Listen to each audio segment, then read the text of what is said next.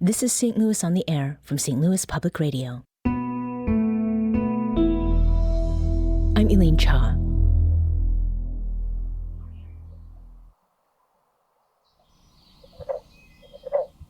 For generations, Missourians have taken to marshes with sharp ears, trained eyes, and fish baskets they hope to fill with at least one animal big enough to take home for a meal.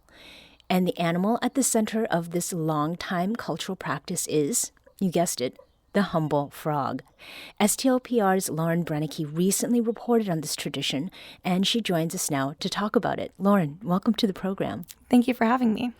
So how and when is frog hunting done? So it's traditionally done at sunset on June 31st if you're following Missouri Department of Conservation protocol. And it goes until late October, whenever mating season sort of calms down, and it'll stop in the wintertime as it gets too cold to go outside. Mm-hmm. And is there a preferred method for this hunting?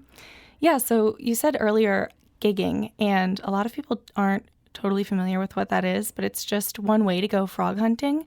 You can fish for frogs like other things that live in the water, or you can use traditional hunting methods. People can shoot them with a bow and arrow, shoot them with a gun, but the gigging is preferred because it's really inexpensive, and it's one of the conservation agents I spoke to said it was like the chess or the pickleball of hunting because any age can do it. Okay. And what is the implement that's used? It's like a little trident, right? Yeah. So it's a wooden or a metal stick. And at the end of it, there's a three-pronged, it looks like a fork, 3 or 4-pronged with spikes on the end. And that's the part that actually goes into the frog. So the folks that you talked with for your piece, Scott Boyd is one of them, and he's a conservation educator. And Scott teaches people the proper way to hunt frogs.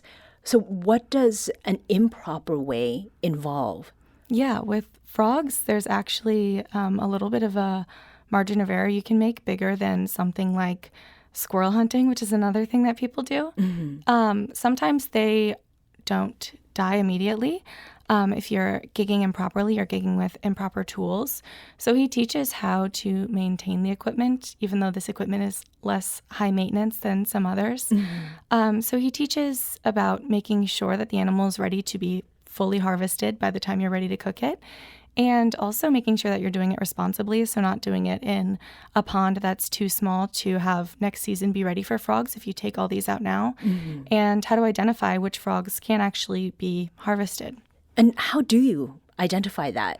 Yeah, so there are 2 types of frogs, the green frog and the bullfrog.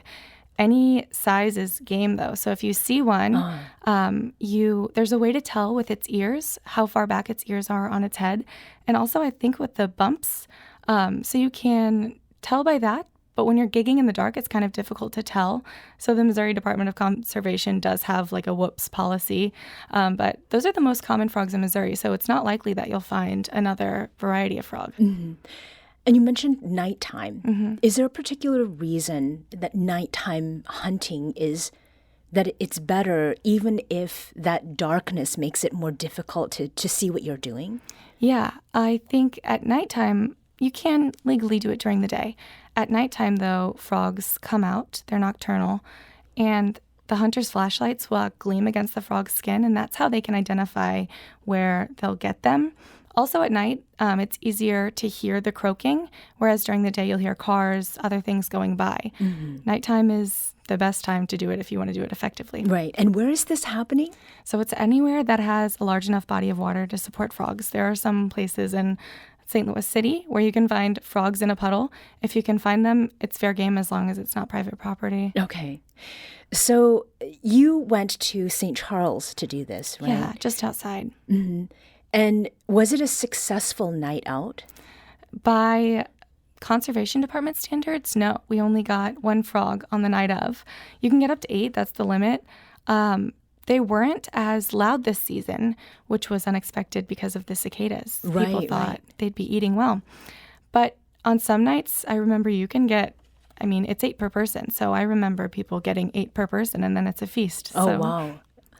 So why is it, Lauren, that people hunt frogs?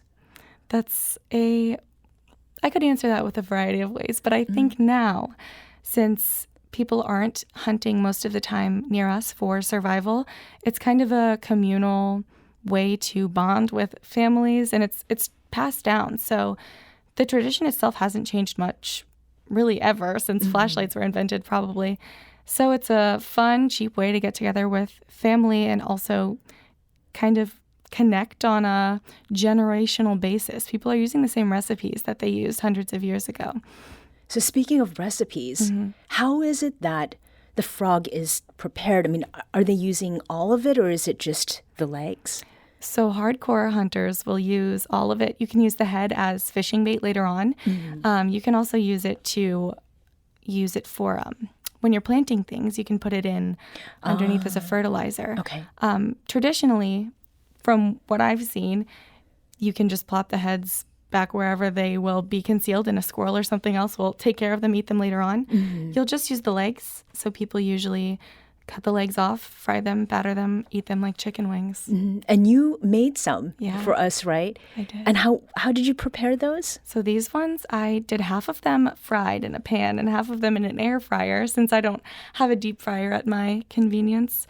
They were pretty good the second day. They're better fresh, which is what the photojournalist and I experienced on our night. And we're going to get to that too.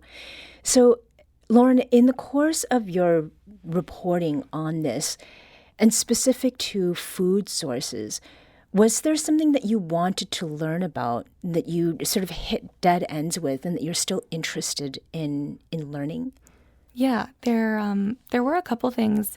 The most interesting part of it was how this spans cultures, really. And so when I talk to a lot of people in my inner circles, frog is natural to them. It's like, okay, we're eating frog. What's new? We've been doing it forever. But for sometimes more elite crowds, they immediately jump to things like French cuisine or food in New York City. I wanted to explore that more and kind of look at the class divide between frog here and frog, and it's a popular street food in places like Vietnam. It was difficult to condense that into a 4-minute story and even to decide whether or not I could do it justice within my story. So I wanted to look at that as well as sourcing frog locally, since some restaurants serve it. And one of those restaurants is Hodak's, right? I jumped onto, no pun intended, I went onto Yelp to seek out restaurants that do serve frog, and I saw a lot of listings there. But then when I went to the sites for these eateries, I couldn't see frog on the menu. Is it one of those things where you have to know to ask for it? Did you get a sense of that at all? Yeah, I did, and I ran into that too when I was looking for a restaurant. I think it might also be seasonal.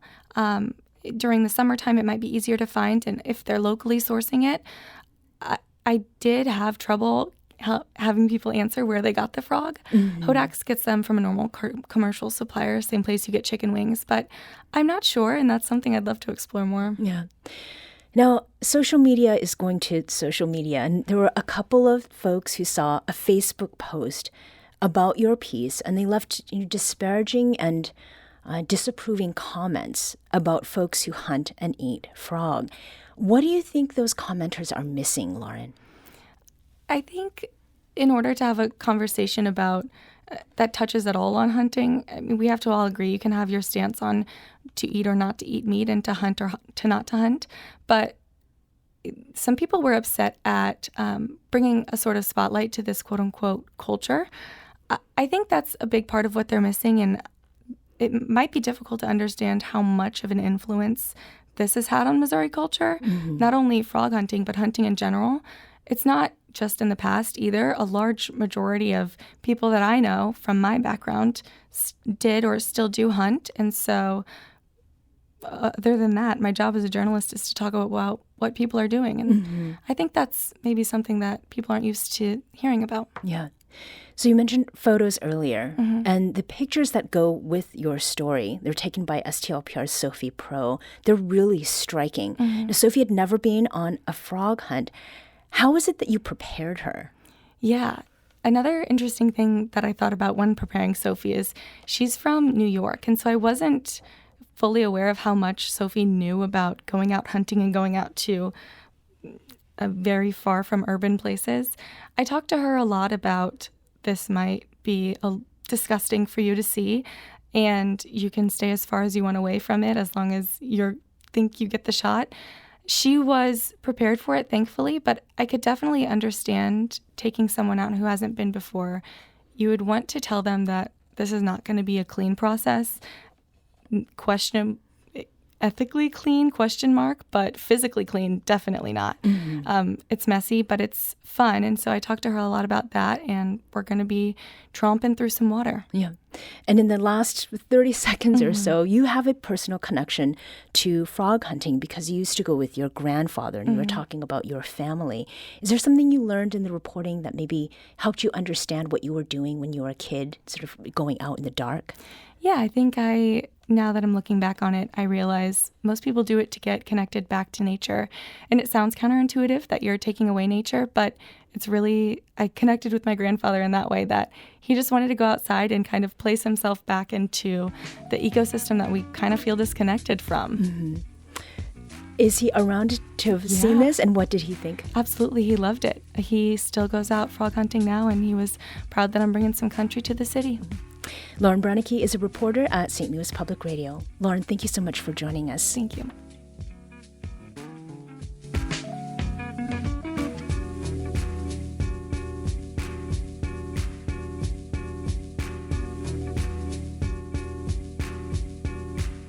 This episode was produced by Elaine Shaw.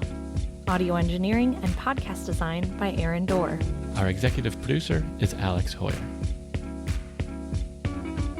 St. Louis on the Air is a production of St. Louis Public Radio.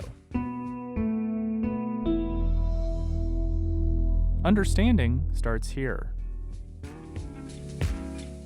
Do you find yourself regularly listening to episodes of St. Louis on the Air? Suggest us to a friend you think might enjoy our conversations. And leave us a review and rating on Apple Podcasts on the App Store. It's the simplest way to help people discover our show. Thanks. St. Louis Public Radio is a member-supported service of the University of Missouri St. Louis.